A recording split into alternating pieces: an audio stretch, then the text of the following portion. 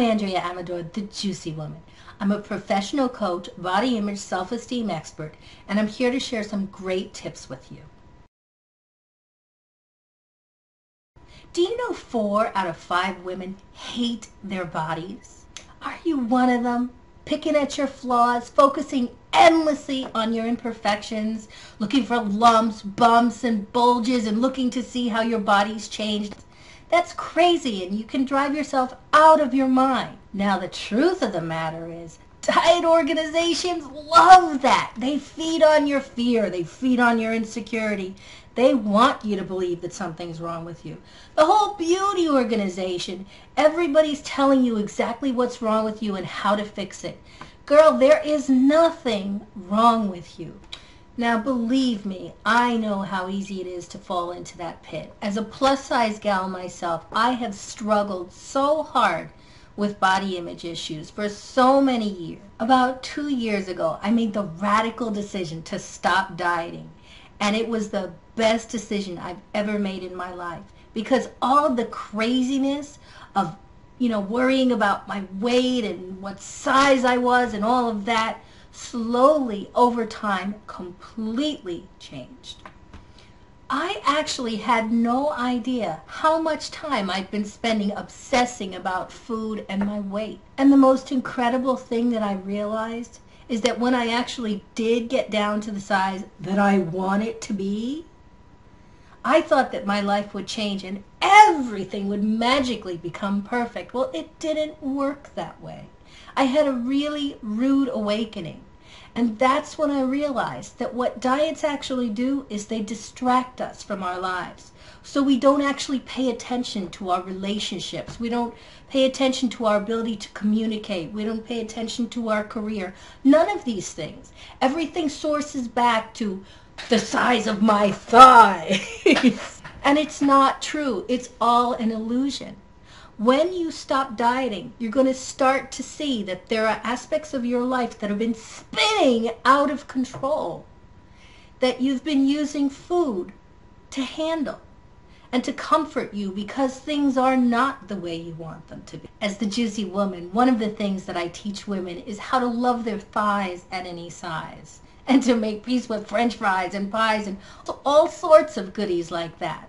Because if you can't make peace around food, you believe inside of yourself that you can't trust yourself around so many things. You're going to start to prevent yourself, or maybe you already have, from doing the things that you love because you don't play full out. You don't take chances. You don't take risks. You don't do things that you think you can't do. You stay in a safety zone. You stay in a comfort zone. I've interviewed several women, for my book, I've interviewed several women who nominated themselves for the show How to Look Good Naked. And I learned so many wonderful things from them that's going to be included in the book. But one of the things I learned the most is to start focusing on the things about yourself that you love. Now, I'll just bet, just like the women that I interviewed, you haven't a single clue of what you love about yourself because you've been spending so much time hating yourself and dealing with all the stinking thinking that goes on that gets reinforced by dieting. Well, I have news for you.